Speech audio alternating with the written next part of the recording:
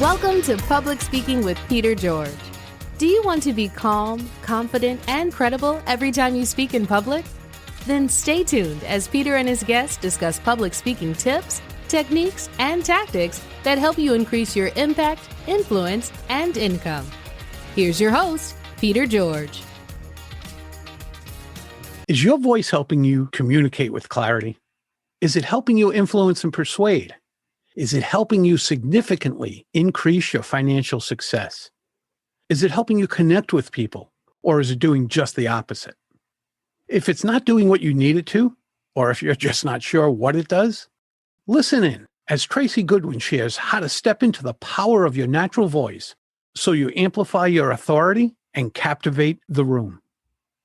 Tracy's game-changing voice training teaches you how to captivate the room no matter the message, the venue, or the size of your audience. She has taught thousands of celebrities, professionals, and entrepreneurs like you how to use their voices to transform their lives and the lives of their listeners. Her unique approach, psychology of the voice, gets to the core of limiting voice habits and transforms your voice from the inside out, getting you to the next level in your business and your life. Here's my conversation with Tracy Goodwin. Welcome to the show, Tracy. Oh, thank you so much. I'm so glad to be here with you. Tracy, you use the term psychology of the voice. Can you share with us what you mean by this? Yes. Psychology of the voice is the title that I gave the methodology around voice that I created over 30 years of research and study and listening to voice. What I discovered, and I actually started this discovery through dialects. So the concept of psychology of the voice is that internally, the subconscious is actually calling the shots on how we use our voice. Yes, we have vocal cords. Yes, the air hits them. All of that is real. But what my research showed me, starting all the way back to dialects, is that the subconscious is trying to protect the heart, sense of belonging, fitting in. The subconscious trying to protect the heart. The voice is the orchestra of the heart.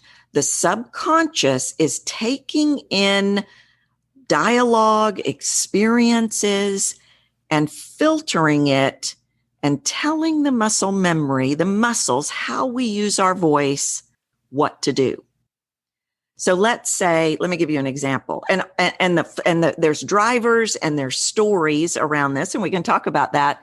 But the first thing that happens is before we're 5 years old, somebody says something like, "Hey, Peter, you're too loud." And your subconscious says, or it could be anything. It could be, "You're too quiet. You talk too much." My generation was children are to be seen and not heard. Right? So just sit there and be pretty, Tracy, right? Or whatever it was. My subconscious took that in and said, okay, we've got to keep her safe. That means we need to get her talking in a quiet voice. Let's lock her jaw. And then the next thing you know, little Tracy is 14 or 20 or 40, and she's talking like this. And it goes all the way back to the core driver that our subconscious locked in before we're 5. That's amazing. Yeah, it's absolutely blew my mind when I put all this together. And like I said, it started with dialects. I was fascinated with, why do I sound like a Texan? And why does an Irish person sound Irish? Or whatever it was. I thought, that's a really cool dialect. How is that?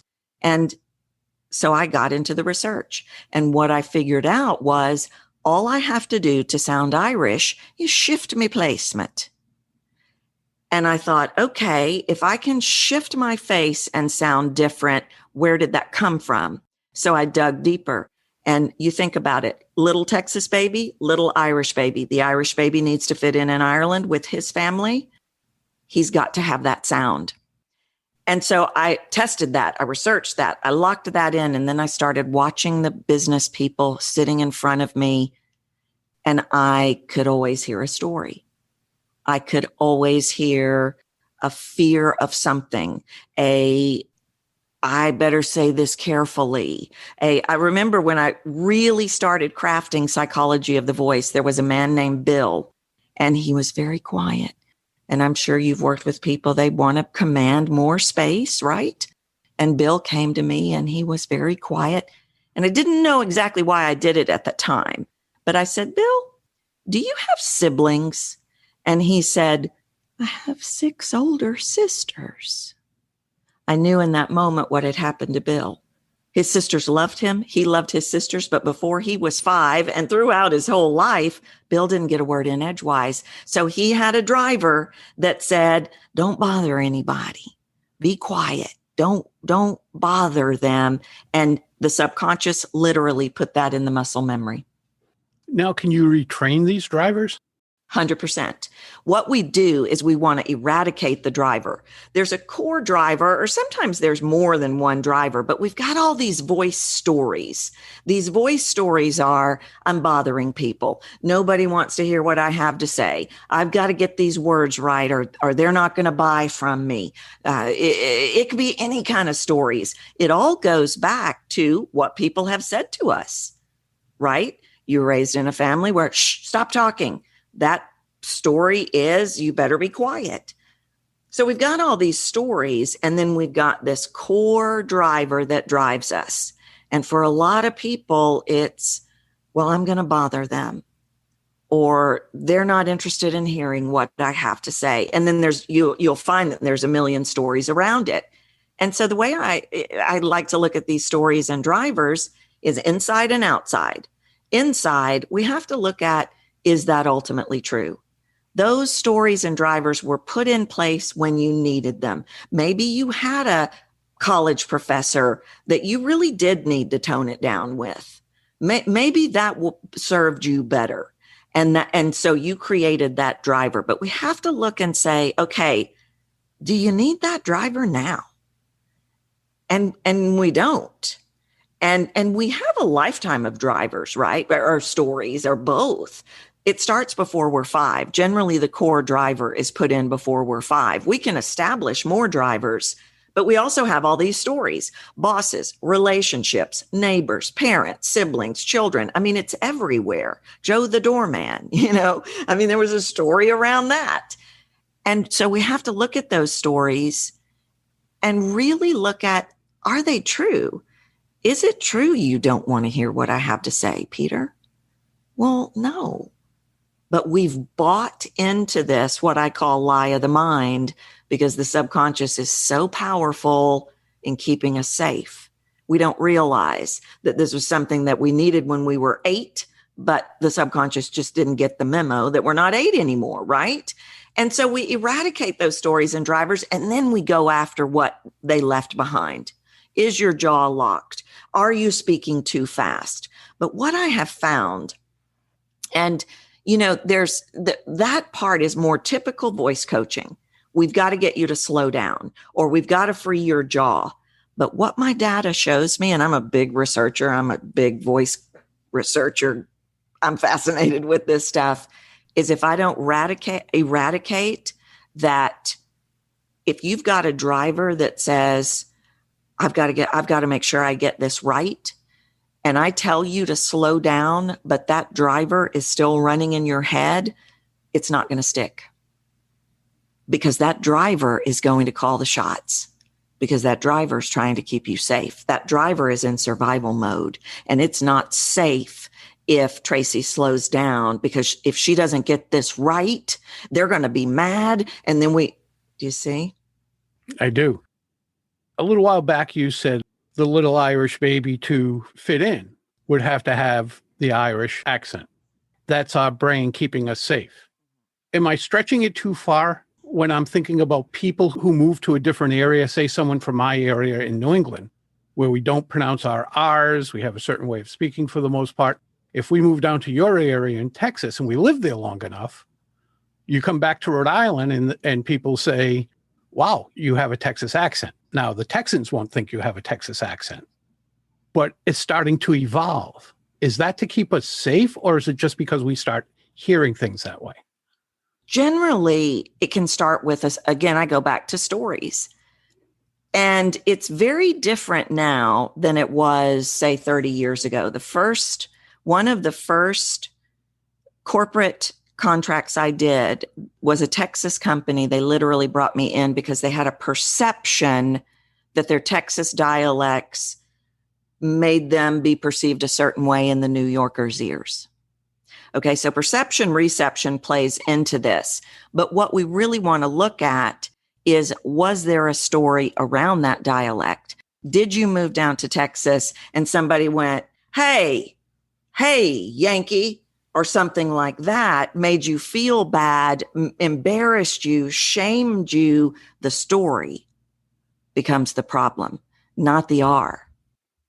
The R is part of who you are, right? And so you take somebody that is English as a second language, and unfortunately, but invariably, as they've been learning I think that's really impressive that people can speak 2 languages. I wish I could, right? But they're from Germany and they're trying to learn English, and they say a word wrong, and their teenage friends make a big deal out of it and humiliate them. That immediately is going to put a hesitation in their muscle memory. So when they get to me and they're 30 or 40 or however old they are, I'm going to hear that hesitation, and I'm going to start asking questions. I'm going to say, are you a thinker? Are you analytical? We can even say, okay, outcome-driven people, that's their stories around that. I've got to get to here. I've got to get to the other side. I've got to get to problem solving this. Doesn't mean we have to change who they are, but we want to rewrite that sound. So that 13-year-old young man or woman that moved here from Germany and got embarrassed over their learning their English, there's going to be a story there, and there's going to be something left behind. That's more problematic than, okay, I come up to Rhode Island and everybody's like, where are you from? Are you from Texas? That's not going to rattle me. So there's a little bit of a difference. Now, voice, just like any aspect of public speaking, is about connecting with your audience, whether that's one person, 10 people, or 1,000 people. What in our voice prohibits us, or maybe harms us, if you will, from connecting with other people? This is maybe my favorite question ever, because people don't always, there's another new concept, and I call it voice masks. And I literally created voice masks, again, by my discernment in sounds. And I would listen to people and I would feel a repelling, or I would hear these sounds. And it was as if bulletproof glass came down between me and them. And it was all in a sound. There was a disconnect. So it's, I know you mentioned city guy, in big cities, in big city banks, there's always bulletproof glass. You can see the teller, you can hear the teller, but you can't touch the teller. And it's that glass. And so what voice masks are sounds that we put in our voice to get us it's all going down subconsciously, usually. We put something in place to get us a result that actually keeps us from getting that result. And I've come up with about 12, 15 masks. Needing to prove is one. So let's say I meet you and I start, trying to let you know that I know what I'm talking about. Peter, I know about voice. I know this sound comes in, this tone comes in, and all of a sudden you're repelled. All of a sudden there's a disconnect. And repel is a really strong word. I mean, people it's not like a horror movie where people are going to run screaming. Right. But they're going to feel that they can't connect with you. People pleasing is another huge one. If I'm a people pleaser and I have a people pleasing mask, I'm not going to show you who I am because I don't know who you want me to be. And so it's much harder to connect with me because you're trying to figure out who I am and you can't. It's like that bulletproof glass came down and now you can't touch me. Right. And that's not literal, but it absolutely happens in the subconscious. The subconscious goes, oh, yeah. Subconscious is discerning by grains of sand size sounds. And people don't even realize it. The subconscious puts it in place. The subconscious says, well, they don't think you know what you're talking about. And then the next thing you know, you've got this needing to prove, and I got to show you I know. I remember a guy came to work with me one time and he said, I think I'm repelling potential customers. And I said, yeah, you are. And he said, why? And I said, what are you trying to prove? And he said, how did you hear that? Well, it was just a little sound. It was a mask I could hear. He said, I spent my whole life trying to prove my worth to my father. It was literally in the muscle memory from a story, from an experience. And we eradicated the driver. We moved it out of the muscle memory, and customers flocked to him. And it's all going down subconsciously in our subconscious and in their subconscious. It's funny, as I hear you speak, I'm thinking back saying, well, maybe that's why I feel that way. I push everything back to, I grew up with 2 speech impediments. Oh, wow. So a lisp and a stutter. Yep. So even though for the most part, people don't hear them anymore, I know they're there. And sometimes, even to this day, I will stop in the middle of a sentence because I believe either I said a word incorrectly or the lisp showed up, and I'll start the sentence all over. And I do that quite a bit. So people don't necessarily hear it till I point it out. Other than that, it just sounds like normal conversation. But that's the mentality in my head. Yeah. That I still have these obstacles to work with. Yeah. Even though no one ever notices them. Yeah. But they're still there with me. Yeah. And so that's where you eradicate that story. Is that ultimately true? Is that ultimately true that I can't do that? Well, no. And when we really look at it and shine a light on it, we can go, well, wait a minute, actually, no. They're not detecting that. They're not hearing that, but we're so locked into those stories, and it's just, we're on autopilot, and I don't believe that parents or teachers or I don't believe siblings for the most part are thinking, okay, watch this. I'm going to mess up her voice for life. We're not thinking like that. It's that subconscious that kicks into gear, like we were talking about. But see, your voice is so easy to connect with. But that feeling when people are like talking at you? It's like you can tell they're talking at you, not talking to you. Sure. That's a mask. You can't connect to that. It's the difference in my mind, in my ear, of let me hand you a metal box to hold, or let me hand you a ball. It's quite a difference. What's easier? Yeah. It's an angular or a circular sound. And that's how I'm able to find it and say, okay, what's going on here? What do you, justification, buffering, too many words, convincing. Convincing is a mask. I've got to make you understand. I've got to make you see. I need you to know that I know what I'm talking. I've got to talk to you about psychology of the voice. And the reason psychology of the voice is good, they go to convincing. And it's all coming from a story that says, you better convince them you know what you're talking about. It's funny, until I started teaching public speaking, people who were close to me especially would say, you speak at people. Interesting. That I would do just what you were saying. I was convincing them. And as my wife would put it, and my wife, who is my closest friend and my biggest critic, and I love her for it, she would say, you will speak at someone.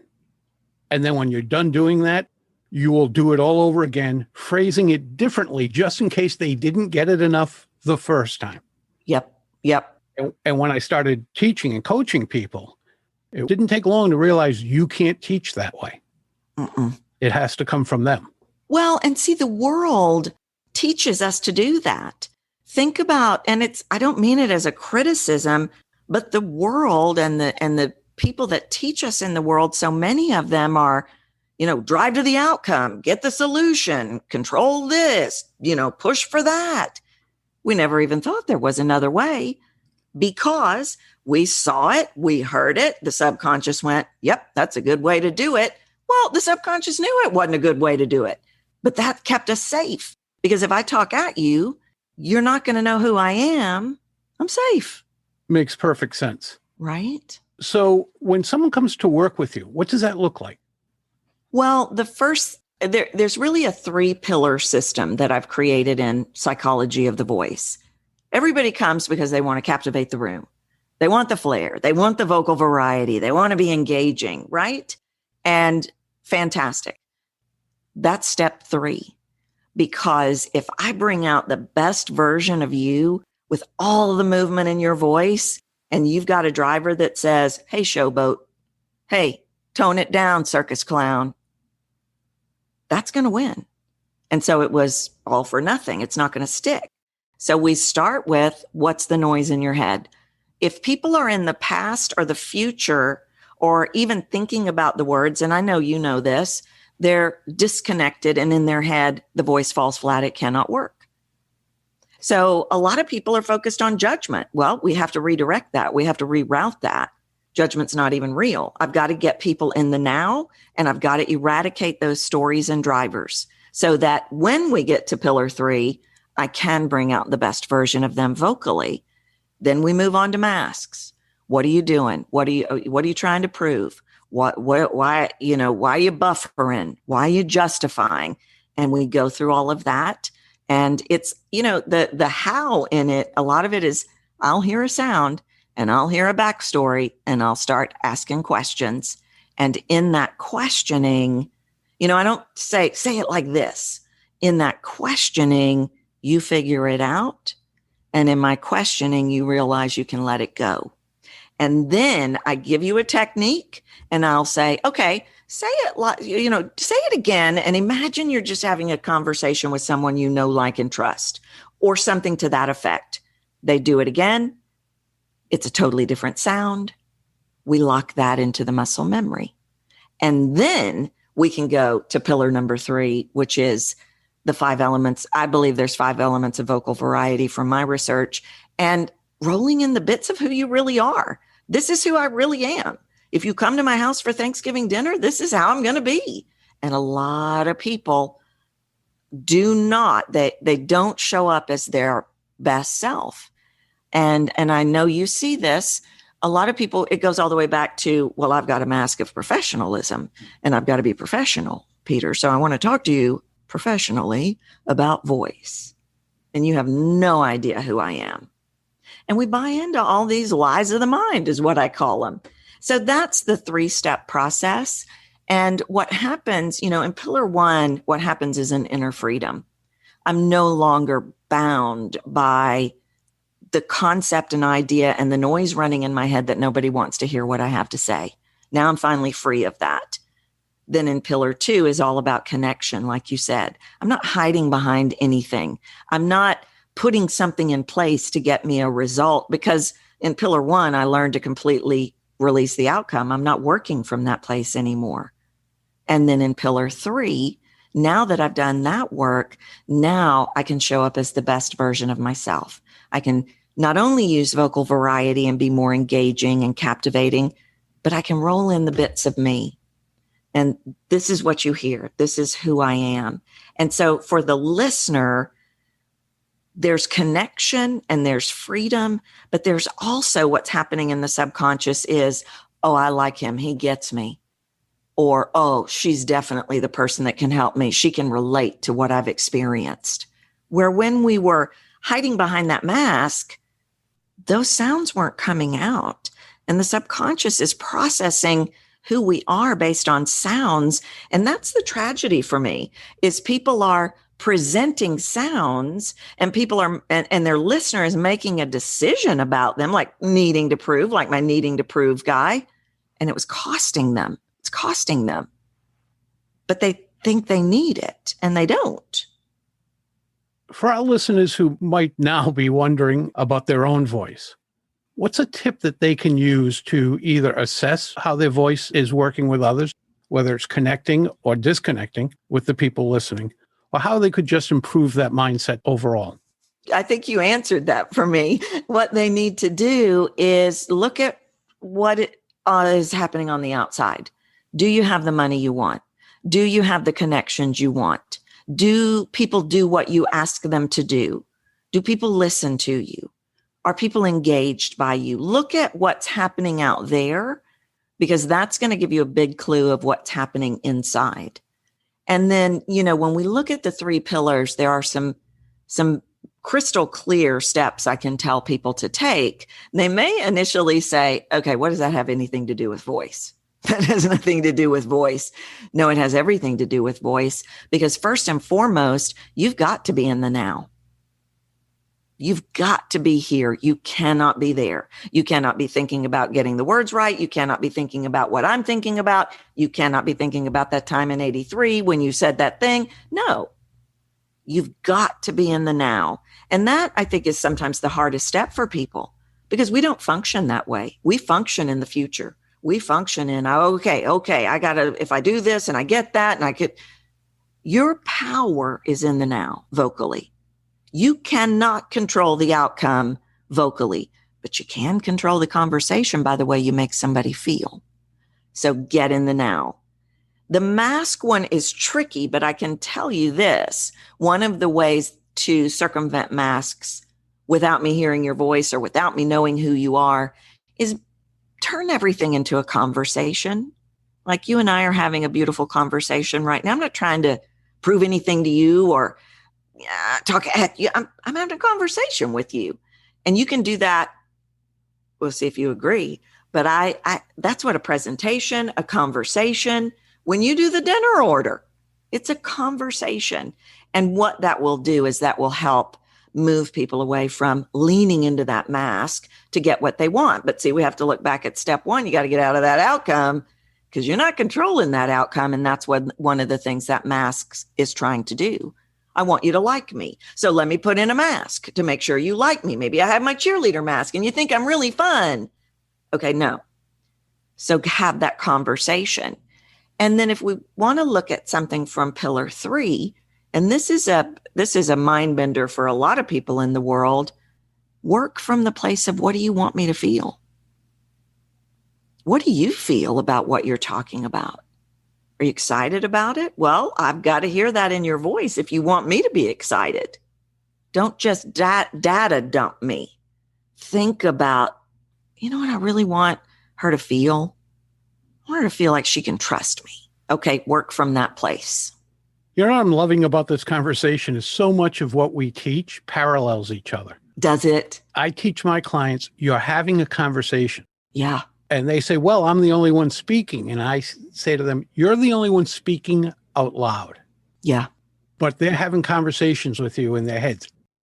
Years ago, it was oration. Then it became speeches. And then it became presentations. And then talks, TED Talks and the like. I think we're in the day of conversations. Yeah. Because just like you said, through conversation, people feel. They gain or lose emotion through it. That's you coming through and making that emotional connection with others. Because isn't that what we're teaching? What I teach and you teach is how to connect with others.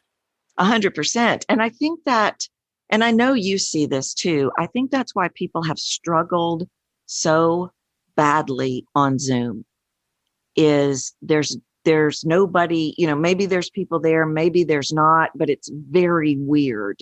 And so we immediately get up in our head, and then it becomes this, I've got to get, this is, it's all of that stuff. But if you're talking to your best friends, Bill and Judy, in your mind's eye, you don't talk to Bill and Judy like this. You don't have a conversation with Bill and Judy so it puts you in that environment in your mind. That's when the real you can come out, which is what it's all about. And I'm in agreement with you on that word. That's a tricky word, authentic, without a tangible. Well, just be authentic. Okay, what does that even mean? Okay, how? And a lot of times I don't know if people realize how much of that authenticity comes through their voice. It gets bandied about so much. Yeah, it really does. Be authentic. What does that? Authentic might be me sitting in my underwear with my feet up on the coffee table, a beer in my hand, watching a football game. That might be the authentic me. But when I met my in-laws, yeah, I couldn't use that authentic me. There was another authentic me. Right. Tracy, I have absolutely loved this conversation. I find it fascinating what you do. And again, how much of what we both do parallels in helping people connect with others. For our listeners who have found it just as fascinating, how can they connect with you? Sure. The best place to find me is just head over to the website, which is captivatetheroom.com.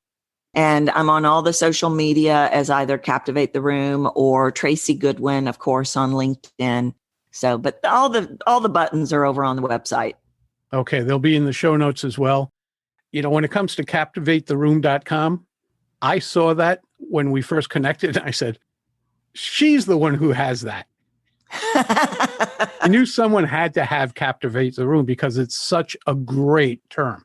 I don't know. I must be living right to have gotten that. I got it years ago. In fact, a coach suggested that I look it up, and I thought, there's no way this is going to be available.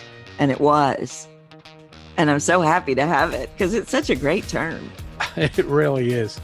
Well, I'm glad that you could be here and help our listeners start to learn how to captivate the rooms they speak in and connect with their audiences. Well, thank you so much for having me. I really enjoyed this conversation. That's a wrap of another episode of Public Speaking with Peter George. Be sure to rate, review, and subscribe wherever you listen to your favorite podcast.